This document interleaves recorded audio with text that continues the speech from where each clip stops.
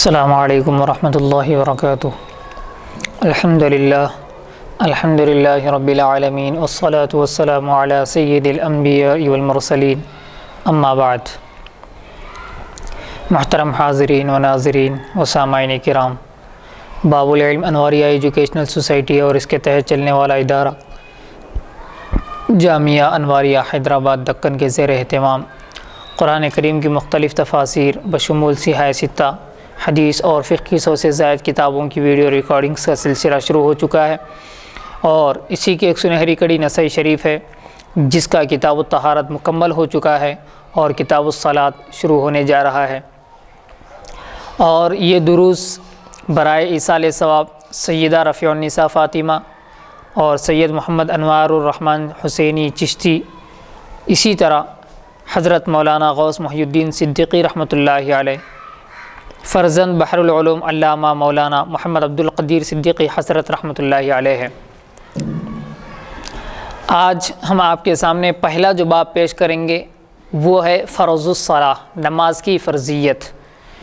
نماز کی فرضیت کیسے ہوئی، نماز کیسے فرض ہوئی، اس کی ابتدا کیا ہے اور اس کا آغاز کیا ہے۔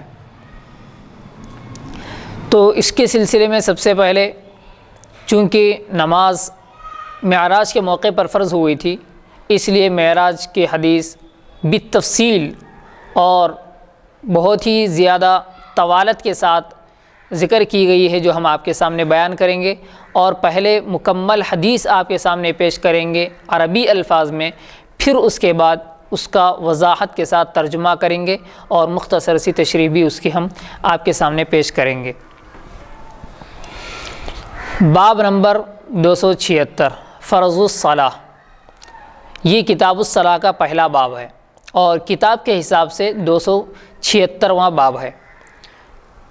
نماز کی فرضیت، حدیث نمبر 451، اخبرنا یعقوب بن ابراہیم قال حدثنا یحیی بن سعید قال حدثنا ہشام الدستوائی قال حدثنا قتادہ عن انس بن مالک رضی اللہ عنہ عن مالک دین صعصعۃ ان النبی صلی اللہ علیہ وسلم قال بینا انا عند البیت بین النائم والیقظان اذ اقبل احد الثلاثة بین الرجلین فأتیت بطست من ذهب ملآن حکمة وإیمانا فشق من النحر الى مراق البطن فغسل القلب بماء زمزم ثم يعني ملئ حکمة وإیمانا ثم أتیت بدابة دون البغل وفوق الحمار ثم انطلقت مع جبریل علیہ السلام فأتينا السماء الدنيا فقيل من هذا؟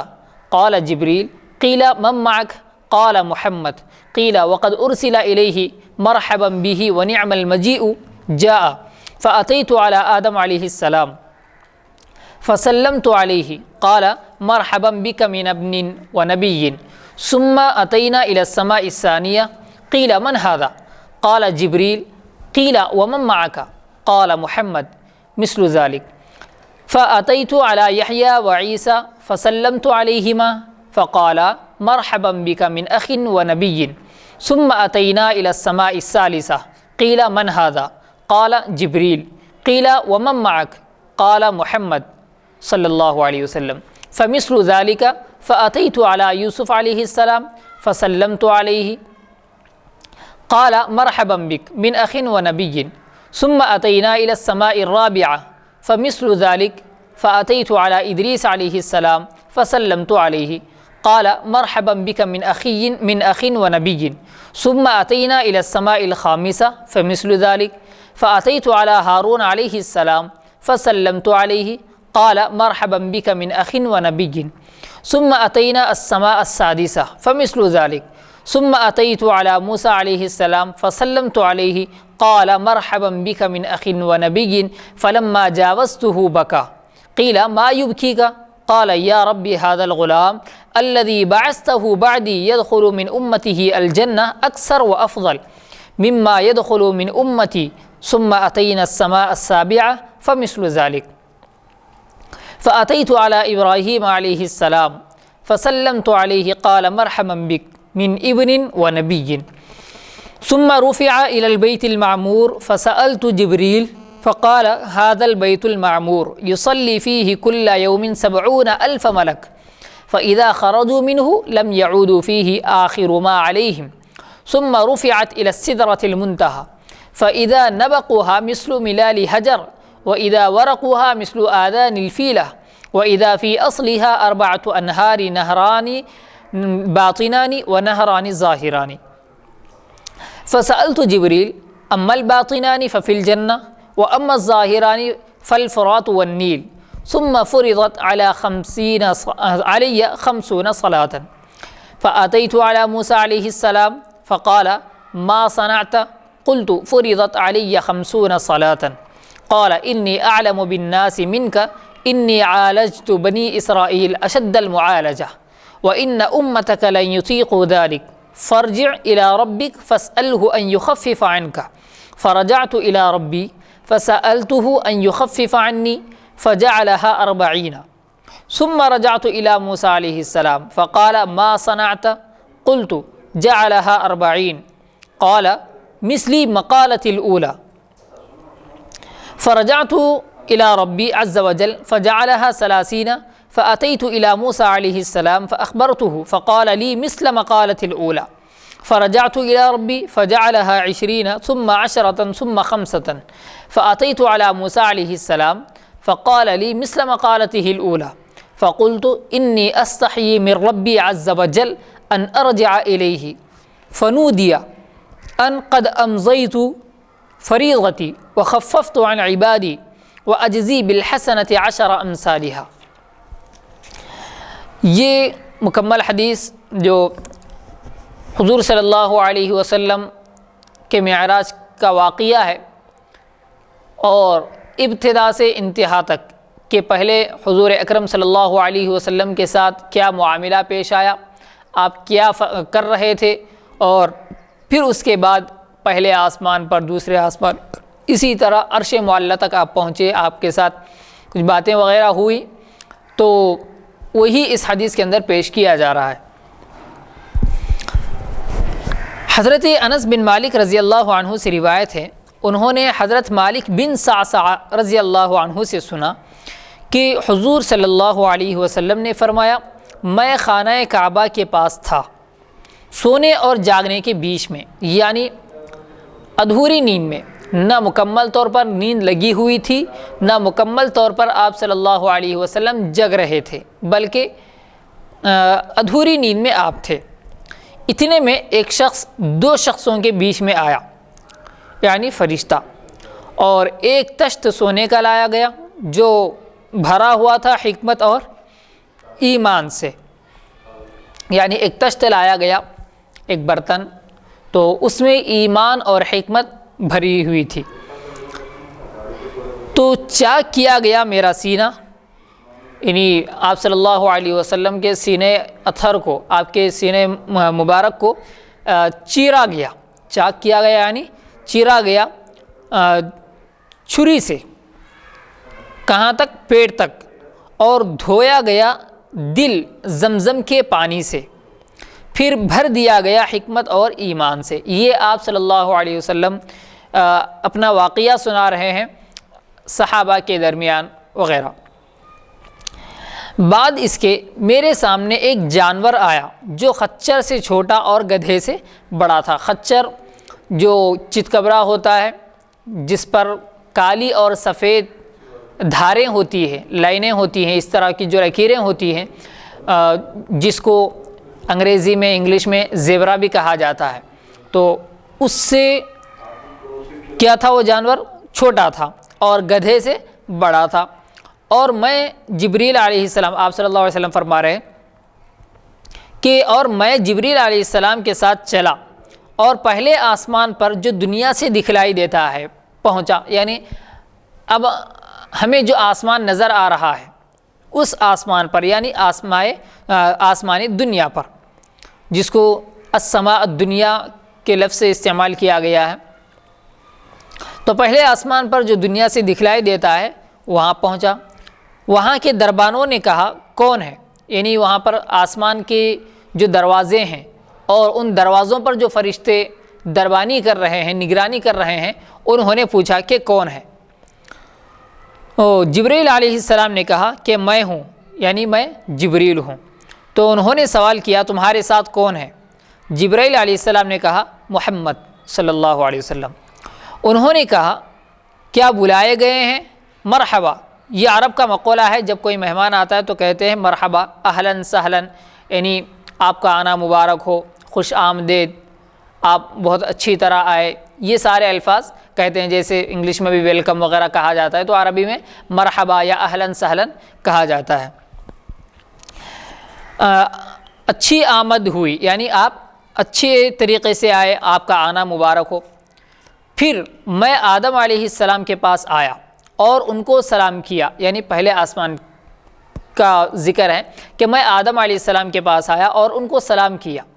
انہوں نے کہا مرحبا اے بیٹے اور نبی، کیونکہ آدم علیہ السلام سب کے والد ہیں، اس لیے بیٹے بھی کہا اور نبی بھی کہا، مرحبا اے بیٹے اور نبی۔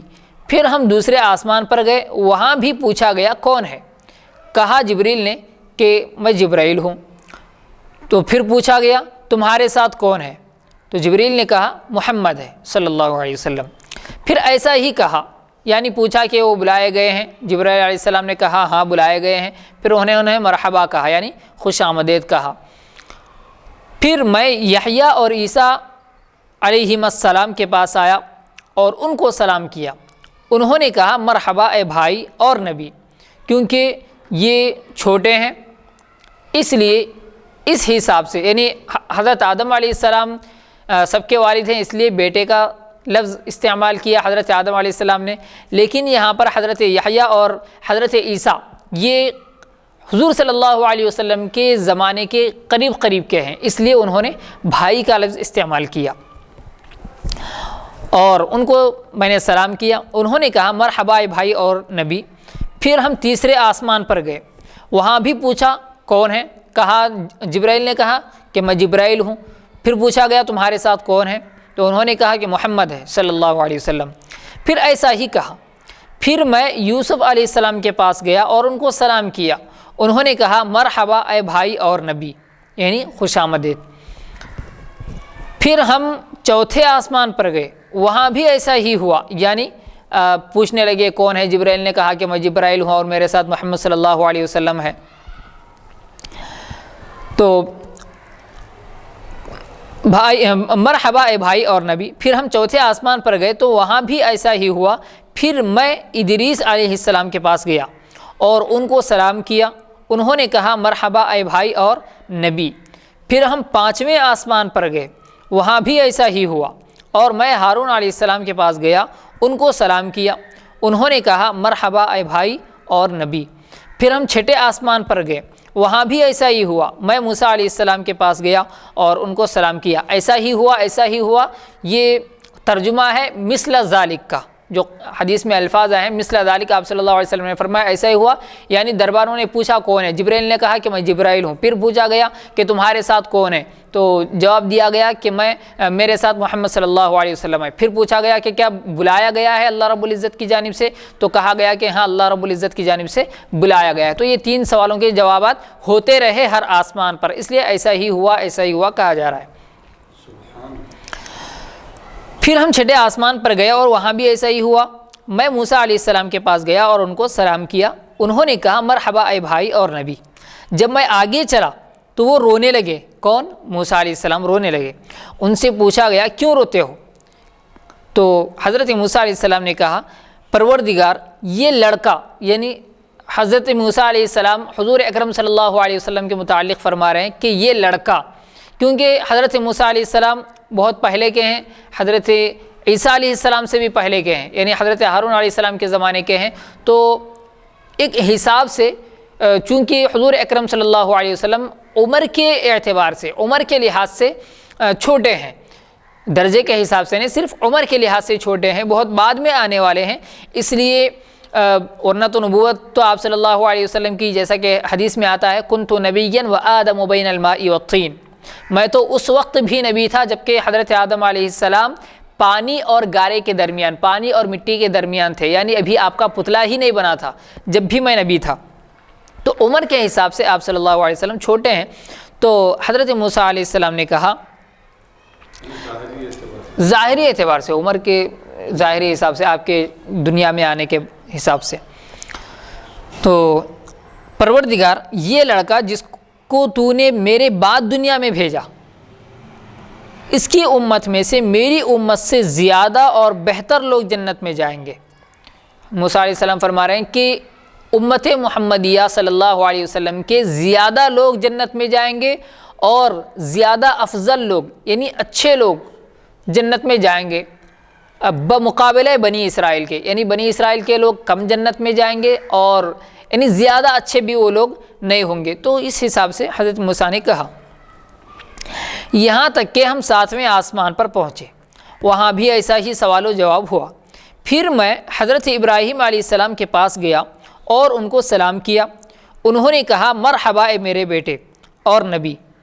تو یہاں پر حضرت ابراہیم علیہ السلام چونکہ بہت بڑے ہیں عمر میں، اس لیے حضرت ابراہیم علیہ السلام نے بیٹے کا لفظ استعمال کیا، اور دوسری وجہ یہ بھی ہو سکتی ہے کہ چونکہ دین محمدی صلی اللہ علیہ وسلم یہ دین ہمارا جو اسلام ہے، یہ اس کی بنیاد حضرت ابراہیم علیہ السلام کا دین ہے، اس لیے اس کو دین حنفی بھی کہا جاتا ہے، کیونکہ حنفی یہ حضرت ابراہیم علیہ السلام کی طرف منسوب ہے، جیسے ملت دین حنیف بھی کہا جاتا ہے۔ تو اس لیے چونکہ یہ جو دین ہے، یہ دین حضرت ابراہیم علیہ السلام کی بنیادوں پر بنا ہوا ہے، تو اس لیے حضرت ابراہیم علیہ السلام چونکہ دین کے اعتبار سے، مذہب اور شریعت کے اعتبار سے بڑے ہیں، اس لیے آپ نے بیٹے کا لفظ استعمال کیا۔ خود حضور صلی اللہ علیہ وسلم آپ کی اولاد میں ہی جی حضرت ابراہیم علیہ ہاں، ویسے اولاد میں بھی ہیں، جیسے حضرت ابراہیم علیہ السلام سے حضرت اسماعیل علیہ السلام پیدا ہوئے، جی پھر اور ایک حضرت یعقوب علیہ السلام، اسحاق علیہ السلام، جی اسحاق کے بیٹے حضرت یعقوب علیہ السلام کے بیٹے حضرت یوسف، تو اس طرح نسل حضرت ابراہیم علیہ السلام سے مل رہی، گویا کہ حضرت ابراہیم علیہ السلام جو ہے وہ جد امجد ہیں، تو اس حساب سے بھی حضرت ابراہیم علیہ السلام نے بیٹے کا لفظ استعمال کیا۔ تو حضرت ابراہیم علیہ السلام کے پاس گیا اور میں نے ان کو سلام کیا، انہوں نے کہا مرحبا میرے بیٹے اور نبی۔ پھر دکھایا گیا مجھ کو بیت معمور۔ میں نے جبرائیل علیہ السلام سے پوچھا یہ کیا ہے؟ جبرائیل علیہ السلام نے کہا یہ بیت معمور ہے، اس میں ہر روز 70,000 فرشتے نماز پڑھتے ہیں، پھر جب نماز پڑھ کر باہر آ جاتے ہیں تو کبھی اس میں نہیں آتے، یعنی ہر روز 70,000 فرشتے نئے اس میں نماز پڑھتے ہیں، جو ایک بار آتا ہے اس کو پھر جانے کی اجازت نہیں ملتی۔ اس سے فرشتوں کی کثرت بھی سمجھ میں آتی ہے کہ کتنے لاکھوں کروڑوں میں فرشتے ہوں گے، ایک دن میں 70,000 فرشتے۔ بعض روایتوں میں آیا ہے کہ غالباً حدیث مبارک ہے جی کہ میں اپنے استاد محترم سید شاہ محمد عبد القادر حسینی المعروف جیلانی پاشا چشتی قبلہ حفظہ اللہ سے سنا کہ وہ فرماتے ہیں کہ مخلوق میں جی 9 حصے فرشتوں کے ہیں، جی اور ایک حصے میں انسان، جاندار، چرندے، پرندے، تمام نباتات وغیرہ، یہ ایک حصے میں یہ پوری مخلوق ہے، پوری کائنات ہے۔ جی ہو سکتا ہے 9 حصے فرشتوں کے، جی ہو سکتا ہے، ممکن بھی ہے، کیونکہ اللہ رب العزت صرف اس دنیا کا رب نہیں ہے، اس دنیا کا مالک نہیں ہے، یہ دنیا تو ایک چھوٹا سا سیارہ ہے، اس نے ایسے سینکڑوں سیارے ہیں، تو ان سارے سینکڑوں سیاروں کا نظام اللہ رب العزت فرشتوں کو بھی سونپا ہے، یعنی فرشتے اب جیسے بارش کے الگ فرشتے ہیں، انسان کے ساتھ فرشتے لگے ہوئے ہیں، رحمت کے فرشتے الگ ہیں، تو اس حساب سے مخلوق تو فرشتوں کے سامنے کوئی حیثیت نہیں رکھتی۔ تو حضرت محمد صلی اللہ علیہ وسلم فرماتے ہیں کہ پھر مجھ کو سدرۃ المنتہا دکھلایا گیا، یعنی یہ بیت معمور جو ہے، جی یہ بیت معمور ایک ایسا مقام ہے جہاں پر 70,000 فرشتے آ کر نماز پڑھتے جی ہیں، پھر وہ فرشتوں کو دوبارہ پڑھنے کا موقع نہیں ملتا ہے نا، جی نئے فرشتے، ہر بار نئے فرشتے 70,000 نئے فرشتے جی جی نماز پڑھتے ہیں، حاصل، وہی کہہ رہے ہیں کہ ایک مرتبہ جو آتا ہے پھر اس کو دوبارہ اجازت نہیں ملتی آنے کی، تو ایسے 70,000 70,000 فرشتے، اور پتہ نہیں کب سے وہ چل رہا ہے، سبحان کب سے وہ جاری ہے، واللہ عالم۔ تو پھر مجھ کو سدرۃ المنتہا دکھایا گیا۔ سدرۃ المنتہا بیری کا درخت ہے جس کو بیر بھی کہا جاتا ہے۔ تو بڑے بڑے فرشتے اور کوئی اس سے آگے نہیں بڑھنے پاتا، تو بیر اس کے حجر، یعنی جیسا کہ اس میں کہا گیا فَإِذَا نَبَقُوهَا مِثْلُ مِلَالِ حجر، تو اس کے جو بیر ہیں وہ بیر حجر ایک شہر کا نام ہے، اس شہر کے مٹکوں کے برابر تھے. یعنی ہو سکتا ہے اس شہر میں جو مٹکے یعنی جو مٹی کے گھڑے وغیرہ جو بنتے ہیں وہ بہت بڑے بڑے شاید ہوتے ہوں، تو اس لیے آپ صلی اللہ علیہ وسلم نے اس شہر حجر کے مٹکوں سے مشابہت دی اور بتایا کہ اس شہر کے مٹکوں کی طرح تھے، یعنی بڑے بڑے تھے. اور اس کے پتے ہاتھی کے کانوں کے برابر تھے، یعنی اس درخت کے جو پتے تھے وہ ہاتھی کے کان جیسے چوڑے بڑے ہوتے ہیں اسی طرح وہ بھی تھے. اور اس کی جڑ سے 4 نہریں نکلی تھی، سدرۃ المنتہا سے اس بیری کے درخت سے 4 نہریں نکل رہی تھیں، 2 چھپی ہوئی تھیں اور 2 کھلی ہوئی، یعنی 2 نہریں چھپی ہوئی تھیں اندر تھیں اور 2 نہریں ظاہر تھیں، نظر آ رہی تھیں. میں نے جبرائیل علیہ السلام سے پوچھا، انہوں نے کہا چھپی ہوئی نہریں تو جنت میں گئی ہیں. یعنی سمجھ میں آ رہا تھا کہ 2 نہریں چھپی ہوئی ہیں، یعنی کہاں جا رہی ہیں وہ نہیں سمجھ میں آ رہا، شروع ہو رہی ہیں وہ تو سمجھ میں آ رہا ہے کہ مگر وہ جا کہاں رہی ہیں وہ نہیں سمجھ میں آ رہا، وہ چھپی ہوئی تھی. اور 2 نہریں ظاہر ہو رہی تھیں کہ وہ کہاں جا رہی ہیں، تو اس لیے 2 اگلی نہروں کا ذکر کیا گیا ہے کہ وہ کہاں جا رہی ہیں وہ بھی بتایا گیا ہے اس میں. تو جبرائیل نے کہا چھپی ہوئی نہریں تو جنت میں گئی ہیں اور کھلی ہوئی نہریں فرات اور نیل ہیں. جو دنیا کی جو نہریں ہیں مشہور نہریں فرات اور نیل، دریائے نیل، دریائے فرات جو ہے وہ ہے، تو وہ جنت سے آ رہی ہیں نہریں. سبحان. تو یہ تو ظاہر یہی ہے کہ دنیا کا جو دریائے فرات ہے اور جو دریائے نیل ہے وہی ہے. لیکن بعض لوگوں نے یہ کہا کہ اللہ رب العزت نے جنت میں بھی 2 نہریں رکھی ہیں جن کے نام فرات اور نیل ہے، جن کے نام ایک کا فرات ہے ایک کا نیل ہے. دونوں ممکن ہے، اور کئی لوگوں نے یہ کہا بھی ہے کہ دریائے نیل جو ہے وہ جنت سے ہی آ رہی ہے، اور کئی لوگوں نے یہ کہا ہے، تحقیق وغیرہ کر کے محققین نے بھی یہ بات کہی ہے کہ نیل جو ہے وہ جنت سے نکلی ہے.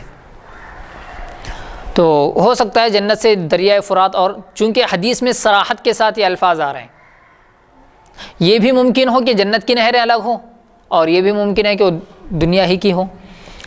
پھر مجھ پر 50 نمازیں فرض ہوئیں. اب یہاں سے ہمارا جو اصل مقصد ہے کہ نماز کی فرضیت، کتاب الصلاۃ چونکہ ہم نے شروع کیا ہے تو نماز کی فرضیت کیسے ہوئی وہ یہاں سے شروع ہے اصل. پھر مجھ پر 50 نمازیں فرض ہوئیں. جب میں لوٹ کر موسیٰ علیہ السلام کے پاس آیا تو انہوں نے کہا تم نے کیا کیا، یعنی تمہارے ساتھ کیا معاملہ پیش آیا. میں نے بیان کیا کہ مجھ پر 50 نمازیں فرض ہوئیں. اب یہاں سے یہ صرف انبیاء سے ملے، ملاقاتیں ہوئی، بات ہوئی، اتنا ہی بیان کیا گیا ہے. اس میں عرش معلیٰ پر یعنی سدرۃ المنتہا کے بعد کا واقعہ نہیں بیان کیا گیا. اللہ رب العزت کا دیدار، اللہ رب العزت سے ہم کلام ہونا، یہ جو راز کی باتیں ہوئی، جو ایک دونوں یعنی دوستوں کے درمیان ایسا سمجھیے، یا ایک محبوب دوسرے محبوب سے کیا باتیں کی، جو ہم راز کی باتیں ہیں وہ یہاں پر کچھ نہیں ہے. صرف سدرۃ المنتہا تک گیا، پوچھا کہ یہ کیا ہے، نہریں معلوم ہوئی. پھر اس کے بعد اب واپس آ رہے ہیں، یعنی اس کے بعد کا جو بھی مرحلہ ہے. تو جیسے ثم دنا فتدلی فکان قاب قوسین او ادنی فاوحی الی عبدہ ما اوحی ما کذب الفؤاد ما رأى. سورہ نجم میں جو بیان کیا گیا ہے کہ اللہ رب العزت سے حضور اکرم صلی اللہ علیہ وسلم قریب ہوئے اور قریب ہوئے، اتنا قریب ہو گئے کہ جیسے 2 کمانوں کے درمیان جو فاصلہ ہوتا ہے، ثم کان قاب قوسین او ادنی. اب جیسے مثال کے طور پر 2 کمانیں ہیں، اب وہ ملا دی جائیں اس طرح، 2 تلواریں، کمان میان نہیں کمان، تو 2 تلوار کی میانیں سمجھیے، یا کمان جیسے ہوتی ہے اس طرح کمان ہوتی ہے. تو یعنی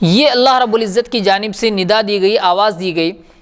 اس ندا کا مقصد یہ ہے کہ اللہ رب العزت یہ کہنا چاہتے ہیں اپنے بندوں سے کہ ہم نے 50 نمازوں سے 45 نمازیں ختم کر کے صرف 5 نمازیں رکھی ہیں، لیکن اگر کوئی یہ 5 نمازیں بھی پڑھے گا تو اس کو مکمل 50 نمازوں کا ثواب دیا جائے گا۔ سبحان اللہ سبحان اللہ۔ تو یہ اللہ رب العزت کی رحمت ہے، اور بالخصوص حضور اکرم صلی اللہ علیہ وسلم کے طفیل میں اس امت کو ملی ہے۔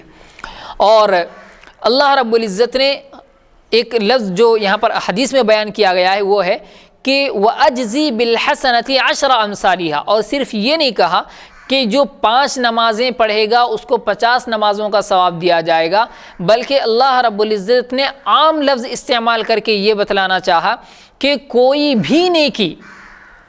بھی ایک نیکی اگر کرے گا تو ہم اس کو اس کی ایک نیکی کے بدلے میں 10 نیکیاں عطا کریں گے۔ جیسا کہ قرآن کریم میں بھی اللہ رب العزت کا ارشاد وارد ہوا ہے کہ من جاء بالحسنۃ فلہ 10 امثالھا، کہ جو بھی شخص ایک نیکی کرے گا تو فلہ 10 امثالھا، اس کے لیے اس جیسی اور 10 نیکیاں دی جائیں گی۔ یہ حضور اکرم صلی اللہ علیہ وسلم کے صدقے میں اس امت کو ملی ہے، اور اللہ رب العزت نے اپنے محبوب کی محبت میں اس امت کو دی ہے۔ یہ اس امت کے لیے ایک بہت ہی زیادہ اللہ کا کرم ہے اور اس امت کی خاصیت ہے۔ تو جو بھی شخص 5 نمازیں پڑھے گا اللہ رب العزت اس کو مکمل 50 نمازوں کا ثواب عطا کریں گے۔ تو مکمل 5 نمازوں کی پابندی ہمیں کرنا چاہیے۔ تو آپ نے سنا کہ نماز کیسے فرض ہوئی، اور احادیث ہم آپ کے سامنے بتلائیں گے، لیکن اب جہاں بھی جیسی بھی حدیثیں آئیں گی، جو بھی حدیثیں آئیں گی، الفاظ کی تبدیلی ہوگی، الفاظ بدلیں گے، تھوڑا سا مفہوم بدلے گا، لیکن بات بالکل یہی ہے جو آپ نے اب تک خلاصے کے ساتھ اور وضاحت کے ساتھ اور تفصیل کے ساتھ سنا ہے۔ حدیث نمبر 452، اخبرنا یونس بن عبد الاعلی قال حدثنا ابن وهب قال اخبرني يونس عن ابن شهاب قال عن انس بن مالك قال قال رسول الله صلى الله عليه وسلم فرض الله عز وجل على امتي 50 صلاة فرجعت بذلك حتى امر بموسى عليه السلام فقال ما فرض ربك على امتك قلت فرض عليهم 50 صلوات قال لموسى عليه السلام فراجع ربك عز وجل فإن أمتك لا تطيق ذلك فراجعت ربي عز وجل فوضع شطرها فرجعت إلى موسى عليه السلام فأخبرته فقال راجع ربك فإن أمتك لا تطيق ذلك فرجعت ربي عز وجل فقال هي 50 لا يبدل القول لدي فرجعت إلى موسى فقال راجع ربك فقلت إني أستحييت ربي عز وجل۔ اس حدیث میں واقعہ معراج مکمل نہیں ہے، صرف نمازوں کی فرضیت کا جو واقعہ ہے اور اس کا جو مرحلہ ہے وہ بتایا گیا ہے، اور تھوڑے سے الفاظ کی اور مفہوم کی تبدیلی ہے۔ حضرت انس بن مالک رضی اللہ عنہ سے روایت ہے کہ حضور صلی اللہ علیہ وسلم نے فرمایا اللہ جل جلالہ نے میری امت پر 50 نمازیں فرض کی، میں لوٹ کر آیا، اب یہاں سے وہ بات ہے، میں لوٹ کر آیا تو حضرت موسیٰ علیہ السلام کے پاس سے گزرا، انہوں نے کہا کیا فرض کیا تمہارے رب نے تمہاری امت پر؟ میں نے کہا 50 نمازیں فرض کی ہیں۔ حضرت موسیٰ علیہ السلام نے کہا پھر جاؤ اپنے پروردگار عز و جل کے پاس، کیونکہ تمہاری امت نمازوں کی طاقت نہیں رکھ سکتی، یعنی 50 نمازیں نہیں پڑھ سکتی۔ میں اپنے پروردگار کے پاس گیا اور اس سے عرض کیا، پروردگار نے آدھی معاف کر دی، یعنی 50 میں سے 25 معاف کر دی۔ تو یہ بھی ایک روایت ہے۔ میں لوٹ کر موسیٰ علیہ السلام کے پاس آیا اور ان سے بیان کیا، انہوں نے کہا پھر جاؤ اپنے پروردگار کے پاس، کیونکہ تمہاری امت اتنی نمازوں کی طاقت بھی نہیں رکھتی۔ میں لوٹ کر اپنے پروردگار کے پاس گیا، اس نے فرمایا، یعنی اللہ رب العزت نے فرمایا 5 نمازیں ہیں اور وہ 50 کے برابر ہیں، میرے یہاں بات نہیں بدلتی۔ اللہ نے یہاں پر فرمایا لا یبدل القول لدی، کہ میرے پاس بات نہیں بدلتی نہیں مطلب یعنی میں نے 50 نمازیں فرض کی تھی تو اب 5 نمازوں میں بھی 50 نمازوں کا ہی ثواب دوں گا۔ میں لوٹ کر موسیٰ علیہ السلام کے پاس آیا اور ان سے بیان کیا۔ حضرت موسیٰ علیہ السلام نے کہا پھر جاؤ اپنے پروردگار کے پاس، یعنی جب کہ وہ 5 نمازیں ہو چکی تھیں۔ میں نے کہا اب مجھے شرم آتی ہے اپنے پروردگار سے۔ حدیث نمبر 453۔ اخبرنا عمرو بن هشام قال حدثنا مخلد عن سعيد بن عبد العزيز قال حدثنا يزيد بن ابي مالك قال حدثنا انس بن مالك ان رسول الله صلى الله عليه وسلم قال اتيت بدابة فوق الحمار ودون البغل خطوها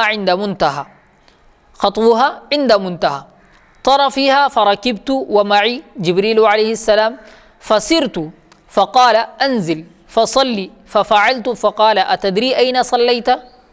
صليت بالطببة وإليها المهاجر ثم قال انزل فصلي فصليت فقال أتدري أين صليت؟ صليت بطور سيناء حيث كلم الله موسى عليه السلام ثم قال انزل فصلي فصليت فقال أتدري أين صليت؟ صليت ببيت لخم حيث ولد عيسى عليه السلام ثم دخلت إلى بيت المقدس فجمع لي الأنبياء عليهم السلام فقدمني جبريل حتى أممتهم ثم صعد بي إلى السماء الدنيا فإذا فيها آدم عليه السلام ثم صعد بي إلى السماء الثانية فإذا فيها ابناء الخالة عيسى ويحيى عليهما السلام ثم صعد بي إلى السماء الثالثة فإذا فيها يوسف عليه السلام ثم صعد بي إلى السماء الرابعة فإذا فيها هارون عليه السلام ثم صعد بي إلى السماء الخامسة فإذا فيها إدريس عليه السلام ثم صعد بي إلى السماء السادسة فإذا فيها موسى عليه السلام ثم صعد بي إلى السماء السابعة فإذا فيها إبراهيم عليه السلام ثم صعد بي فوق 7 سماوات فأتينا سدرة المنتهى فغشيتني ضبابة فخررت ساجدا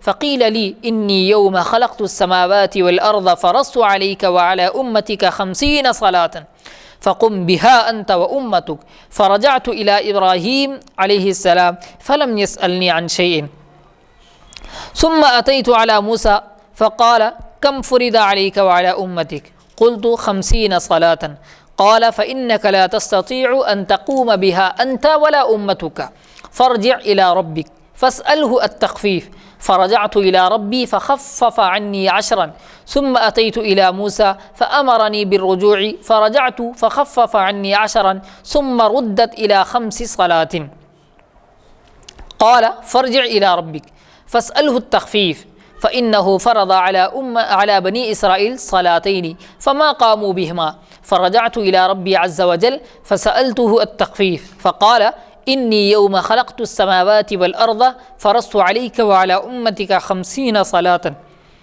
ف5 ب50 فقم بها أنت وأمتك فعرفت أنها من الله عز وجل سرا فرجعت إلى موسى عليه السلام فقال ارجع فعرفت أنها من الله سرا يقول حتم فلم أرجع۔ اس حدیث میں معراج، پہلی جو حدیث میں معراج کا واقعہ بیان کیا اس کے اندر حضرت جبرائیل نے حضور اکرم صلی اللہ علیہ وسلم کو آسمانوں کے پاس سے گزرے لے کر، اور وہاں پر بیت المقدس وغیرہ کا ذکر نہیں تھا، صرف سینے مطہرہ کو، آپ کے سینے مبارک کو جو چاک کیا گیا اور آپ کے دل میں حکمت اور ایمان جو بھرا گیا سونے کے تشت ملا کر، اس کا ذکر اس حدیث میں نہیں ہے، لیکن واقعہ معراج کی ہی دوسری اہم باتیں اس کے اندر ذکر کی گئی ہیں، جبکہ ابھی آسمان دنیا پر نہیں پہنچے، ابھی آسمان دنیا پر نہیں پہنچے تھے۔ اس سے پہلے جو واقعات ہوئے ہیں معراج کے سفر میں، ان واقعات کو حضور اکرم صلی اللہ علیہ وسلم نے یہاں پر بیان فرمایا ہے۔ حضرت انس بن مالک رضی اللہ عنہ سے روایت ہے کہ حضور صلی اللہ علیہ وسلم نے فرمایا، میرے پاس ایک جانور لایا گیا جو گدھے سے بڑا تھا اور خچر سے چھوٹا تھا۔ خچر کیا ہے ہم نے آپ کو بتلا دیا۔ اس کا قدم جہاں تک اس کی نگاہ پہنچتی تھی پڑتا تھا، یعنی تا حد نگاہ اس کا قدم تھا، جہاں اس کی آخری نظر پڑتی وہاں اس کا پہلا قدم تھا، اتنا لمبا اس کا قدم کہ اور اس کی تیزی اس کی برق رفتاری بجلی کی طرح. تو اس کا ایک قدم ایسا تھا کہ جہاں اس کی نگاہ پڑتی آخری نگاہ وہاں اس کا پہلا قدم ہوتا. تو اتنی تیز سواری تھی. جی وہی ایسی اسپیڈ تھی اس کی. تو میں اس پر سوار ہوا اور میرے ساتھ جبرائیل علیہ السلام بھی تھے. تو میں جبرائیل علیہ السلام میں چلا جبرائیل علیہ السلام کے پاس. تو انہوں نے کہا اترو اور نماز پڑھو. تو میں اتر گیا اور نماز پڑھا. جبرائیل علیہ السلام نے کہا تم جانتے ہو تم نے کہاں نماز پڑھی ہے؟ تم نے نماز پڑھی ہے مقام طیبہ، لقب ہے یہ مدینہ منورہ کا. تو یہاں پر آپ نے نماز پڑھی ہے مدینہ منورہ میں. یہ پہلا مقام تھا جہاں پر حضرت جبرائیل نے کہا کہ اترو اور نماز پڑھو اور مقام بتلایا. اب اس کے بعد دیکھیے میں اسی طرف ہجرت ہوگی. تو اور بتایا کہ یہاں کیونکہ یہ غالب آپ صلی اللہ علیہ وسلم کو بتلایا گیا کہ تمہاری ہجرت جو ہوگی مدینہ منورہ کی طرف ہی ہوگی. پھر جبرائیل علیہ السلام نے کہا اترو اور نماز پڑھو. یعنی یہ واقعہ مکے میں ہی پیش آیا. اور پھر مدینہ شریف میں ہی جی مدینہ کی طرف ہی آپ کی ہجرت ہوئی. یعنی جو حضرت جبرائیل علیہ السلام نے بتلائی تھی، پیش گوئی کی تھی کہ تمہاری ہجرت اس طرف ہونے والی ہے، یعنی مدینہ طیبہ کی طرف. تو ہجرت بھی مدینہ طیبہ کی طرف ہی ہوئی. تو یہ پہلا مقام تھا جو جبرائیل نے بتایا. دوسرا، پھر جبرائیل علیہ السلام نے کہا اترو اور نماز پڑھو. میں نے نماز پڑھی. جبرائیل علیہ السلام نے پوچھا تم جانتے ہو تم نے کہاں نماز پڑھی ہے؟ یہ بیت اللحم ہے جہاں پر حضرت عیسیٰ علیہ السلام پیدا ہوئے تھے. دوسرا مقام. پھر میں بیت المقدس میں پہنچا. بیت المقدس بھی کہا جاتا ہے، مقدس بھی کہا جاتا ہے، دونوں لغتیں اس کے اندر ہیں. مقدس یعنی تقدس کی جگہ، یعنی پاکی کی جگہ، مبارک جگہ. مقدس اگر کہیں گے، مقدس اگر کہیں گے تو وہ چیز جس کو برکت حاصل ہے، جس کو تقدس حاصل ہے. تو بیت المقدس میں پہنچا. وہاں تمام پیغمبر اکٹھا کیے گئے، یعنی تمام انبیاء کو وہاں پر جمع کیا گیا تھا. جبرائیل علیہ السلام نے مجھے آگے کیا، یعنی آگے بڑھایا نماز پڑھانے کے لیے. تو میں سب کا امام بنا. پھر جبرائیل علیہ السلام، اسی لیے آپ کو امام الانبیاء بھی کہا جاتا ہے. پھر جبرائیل علیہ السلام مجھ کو چڑھا کر پہلے آسمان پر لے گئے. اب یہ اوپر کا سفر شروع ہوا. وہاں پر حضرت آدم علیہ السلام ملے. پھر دوسرے آسمان پر لے گئے. وہاں پر دونوں خالہ زاد بھائی، یعنی خلیرے بھائی جس کو کہا جاتا ہے، اس لیے بھی حضرت عیسیٰ اور حضرت یحییٰ علیہ السلام ان دونوں نے بھی آپ کو بھائی کہا تھا، اے بھائی اور نبی، اس لیے بھی کہا تھا. حضور اکرم صلی اللہ علیہ وسلم کے خلیرے بھائی، خالہ زاد، حضرت یحییٰ علیہ السلام اور حضرت عیسیٰ علیہ السلام. تو وہاں پر دونوں خالہ زاد بھائی حضرت عیسیٰ اور یحییٰ علیہ السلام ملے. لیکن یہاں سے ایک بات اور ایک مطلب یہ بھی نکلتا ہے کہ حضرت عیسیٰ علیہ السلام اور حضرت یحییٰ علیہ السلام حضور اکرم صلی اللہ علیہ وسلم کے خالہ زاد بھائی تو نہ ہوں، مگر وہ دونوں آپس میں خالہ زاد بھائی ہوں، کیونکہ حضرت یحییٰ اور عیسیٰ یہ دونوں قریبی رشتہ دار ہیں، اس لیے یہ دونوں خلیرے بھائی ہیں، خالہ زاد بھائی ہیں. اور آپ صلی اللہ علیہ وسلم نے یہاں پر یہ نہیں فرمایا کہ میرے خالہ زاد بھائی، میرے خالہ زاد بھائی یہ آپ نے نہیں فرمایا، بلکہ ابنا الخالہ، یعنی دونوں آپس میں ایک دوسرے کے خالہ زاد بھائی ہیں. تو یہ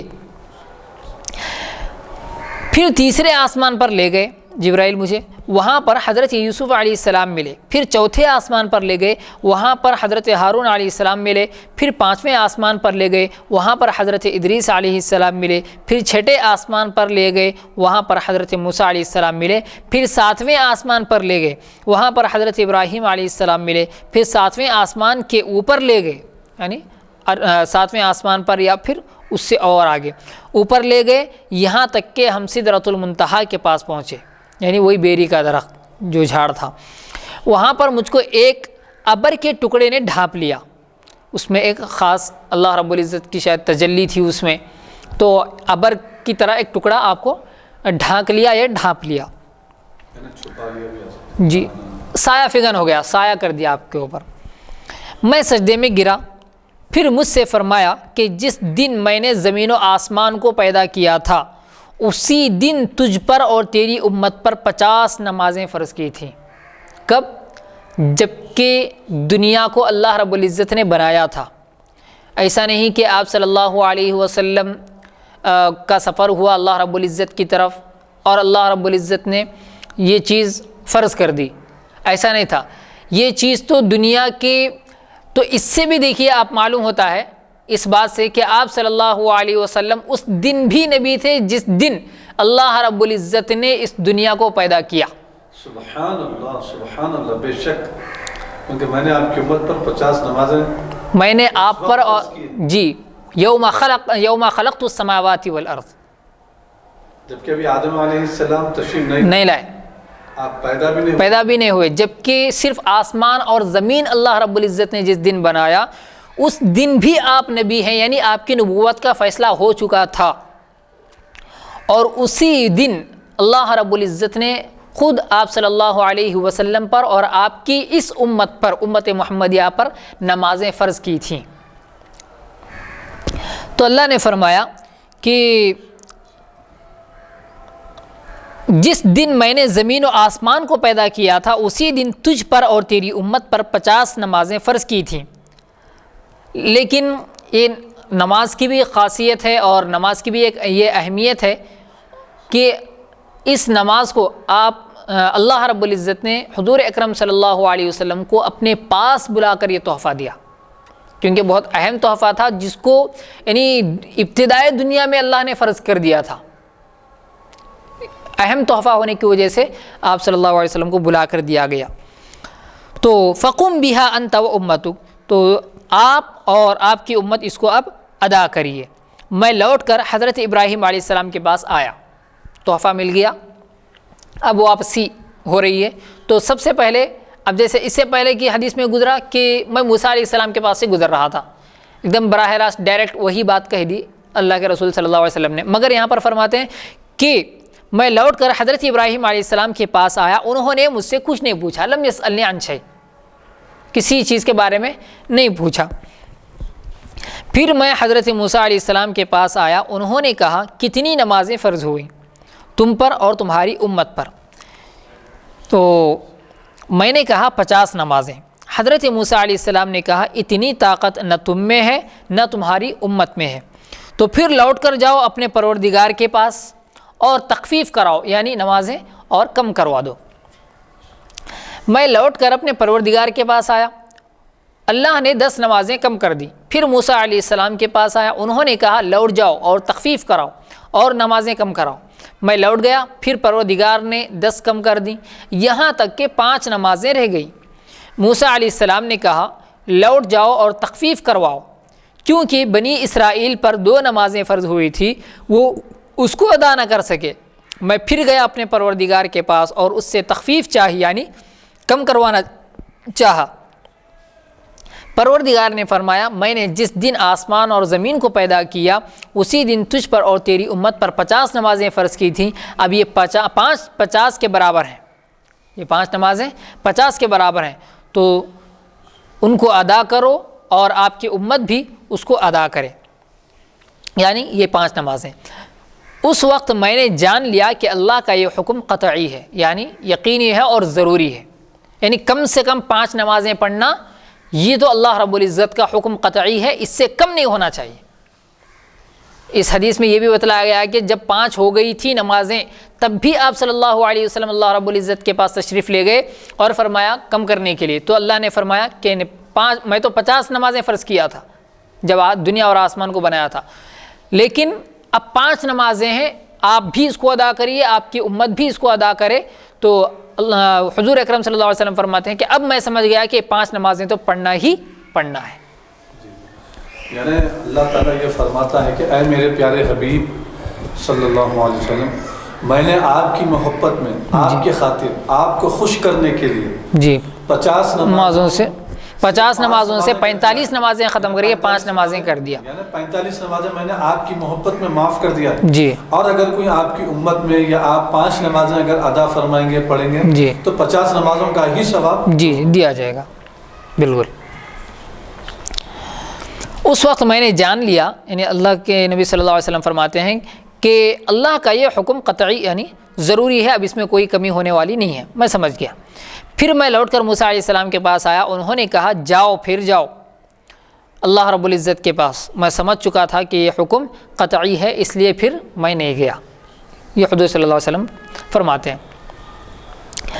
حدیث نمبر 444، اخبرنا احمد بن سلیمان قال حدثنا يحيى ابن آدم قال حدثنا مالك بن مغول عن الزبير ابن عدي عن طلحة بن مصرف عن مرة عن عبد الله قال لما أسري برسول الله صلى الله عليه وسلم انتهى به إلى سدرة المنتهى وهي في السماء السادسة وإليها ينتهي ما عرج به من تحتها وإليها ينتهي ما هبط به من فوقها حتى تقبض منها قال إذ يغشى السدرة ما يغشى قال فراش من ذهب فأعطي ثلاثان الصلوات الخمس وخواتيم سورة البقرة ويغفر لمن مات من أمته لا يشرك بالله شيئا المقحمات۔